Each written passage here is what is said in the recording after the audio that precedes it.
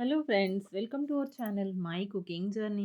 இன்றைக்கி நம்ம சேனலில் ஃபுட் கலரே சேர்க்காம ஹெல்தியான ஒரு அல்வா ரெசிபி தாங்க உங்களுக்கு செஞ்சு காமிச்சிருக்கேன். ரொம்பவே ஈஸியாக செய்யலாங்க. நீங்கள் ஃபஸ்ட் டைம் என்னோட சேனலை பார்க்குறீங்கன்னா சப்ஸ்கிரைப் பண்ணிக்கோங்க ஃப்ரெண்ட்ஸ். வீடியோக்கு ஒரு லைக் கொடுத்துட்டு பாருங்கள். வீடியோவை ஸ்கிப் பண்ணாமல் பாருங்கள். எப்படி செய்கிறதுன்னு பார்க்கலாமாங்க.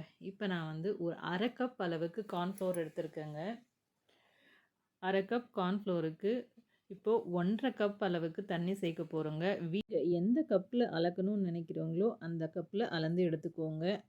தண்ணி கார்ன்ஃப்ளோர் மாவில் தண்ணி சேர்த்து கட்டிகள் இல்லாமல் கரைச்சிக்கலாங்க. இப்போ இருக்கட்டும்.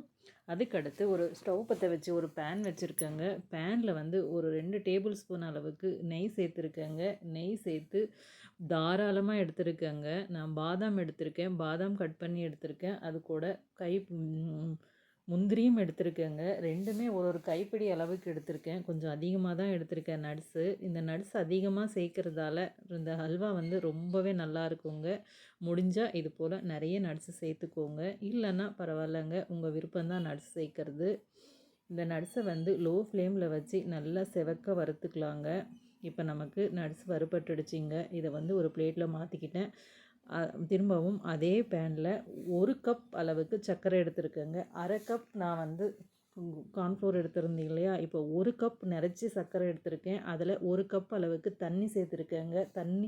தண்ணி சேர்த்து சர்க்கரை நல்லா கரைஞ்சி கொதி வரணுங்க. இது போல் கொதி வரும்போது நல்லா கொதிக்கணும். இது போல் கொதி வரும்போது நம்ம ஏற்கனவே கரைச்சி வச்ச கார்ன்ஃப்ளோரை சேர்த்துக்கலாங்க. மெதுவாக இது போல் சேர்த்து மீடியம் ஃப்ளேமில் வைங்க. இப்போ லோ ஃப்ளேமில் வச்சு இப்போ நீங்கள் வந்து சேர்த்து இது போல் கலந்து கொடுத்துக்கலாங்க. கலந்து கொடுத்து இப்போ கைவிடாமல் கலரணுங்க. இப்போ ஹை ஃப்ளேமில் வைக்கக்கூடாது, மீடியம் ஃப்ளேமில் வச்சு மெதுவாக கலந்து கொடுக்கணுங்க. மெதுவாக கலந்து கொடுக்கும்போது இந்த கார்ன்ஃப்ளோர் வந்து நல்லா வெந்து வருங்க. எந்த காரணத்தை கொண்டும் ஹை ஃப்ளேமில் வைக்கக்கூடாது. இப்போ மீடியம் ஃப்ளேமில் வச்சு தான் இதை வந்து அல்வா செய்யணும். முடிகிற வரைக்கும் இது போல் தான் செய்யணும்.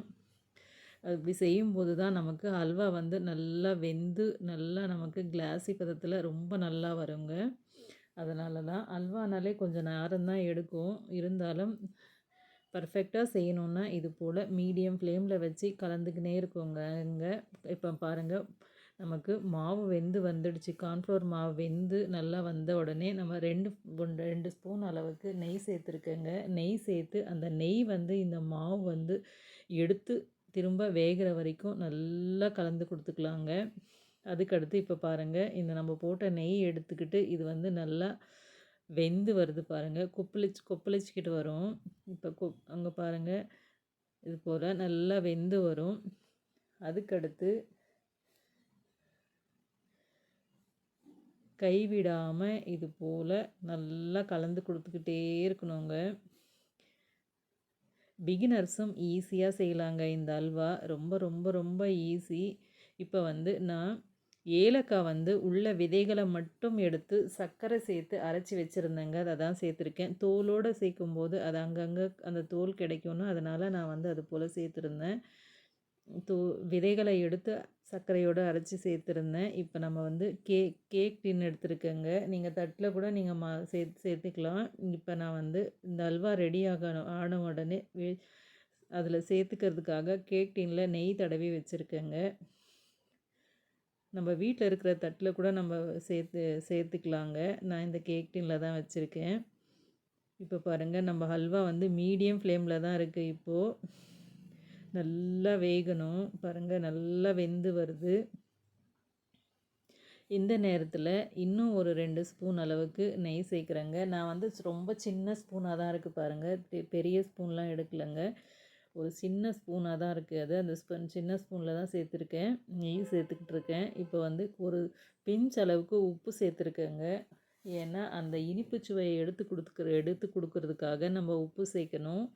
இப்போ நம்ம அல்வா பாருங்கள் நல்லா வெந்து வருது பாருங்கள்.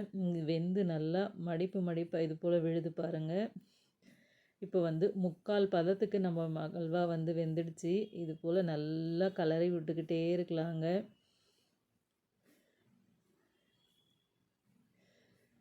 நல்லா கிளாசிக் டெக்ஸ்சரில் ரொம்ப நல்லா இருக்குது பாருங்கள். ஹல்வா பார்க்குறதுக்கே ரொம்ப நல்லா இருக்குது. இப்போ ஏற்கனவே நம்ம வந்து நெய்யில் வறுத்து வச்ச ட்ரை நட்ஸை சேர்த்துக்கலாங்க. சேர்த்து திரும்பவும் இதை கைவிடாமல் கலரிக்கிட்டே இருக்கலாம்.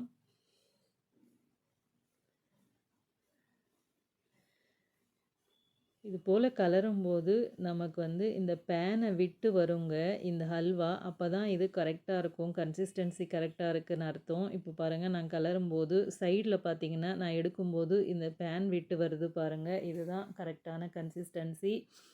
இப்போ நான் வந்து மீதி இருக்கிற நட்ஸை வந்து நெய் தடவி வச்ச இந்த இதில் இந்த கிண்ணத்தில் வந்து கொஞ்சமாக சேர்த்து விடுறேங்க. நல்லா மேலேயும் நட்ஸ் வந்து தெரிகிற மாதிரி நல்லா சேர்த்து விடுறேன். நல்லா இருக்குன்றதுக்காக. இப்போ நம்ம ஹல்வா பார்த்திங்களா நல்லா வெந்து வருது. ஸ்டவ் ஆஃப் பண்ணிட்டோங்க. இப்போ ஸ்டவ் ஆஃப் பண்ணிவிட்டு இப்போ நாம் ஒரு ஸ்பூன் அளவுக்கு நெய் சேர்த்து அதை அப்படியே கலந்து விட்டுடலாங்க. கலந்து விட்டுட்டு இப்போ நம்ம இதை டின்னில் மாற்றிக்க வேண்டியதுதாங்க. ரொம்ப ஈஸியாக செஞ்சிடலாங்க. பிகினர்ஸும் செய்யலாம். ரொம்ப ரொம்ப ஈஸி. தவறாமல் ட்ரை பண்ணி பாருங்கள். இப்போ நம்ம வந்து இந்த கேக் டின்னில் மாற்றிட்டோம் பாருங்கள். அழகாக வந்து நம்மளை பேன் விட்டு வருது பாருங்கள். இந்த ஹல்வா கன்சிஸ்டன்சி கரெக்டாக இருக்கும். இது போல் நீங்கள் எடுத்திங்கன்னா இப்போ எடுத்து சமன்படுத்திட்டு மீதி இருக்கிற நட்ஸை வந்து மேலேயும் தூவுறேங்க. மேலே தூவிட்டு சமன்படுத்திட்டு இதை அப்படியே ஒரு 2லேருந்து 3 மணி நேரம் அப்படியே வச்சுருங்க. அப்படியே வச்சுட்டு அதுக்கடுத்து எடுத்து பார்க்குறேன் பாருங்கள். 2 மணி நேரம் கழித்து நான் எடுத்து பார்க்கும்போது சைடில் வந்து கையால் நகர்த்தினாலே வந்துடுங்க. இப்போ ஒரு பிளேட்டில் வச்சு இதை கவுத்தா வந்து கொஞ்சம் கூட ஒட்டாமல் சூப்பரான ஹல்வா கிடச்சிருங்க. இப்போ நம்ம பீஸ் போட்டுற வேண்டியது தான் பாருங்கள். ரொம்ப நல்லா இருக்குங்க.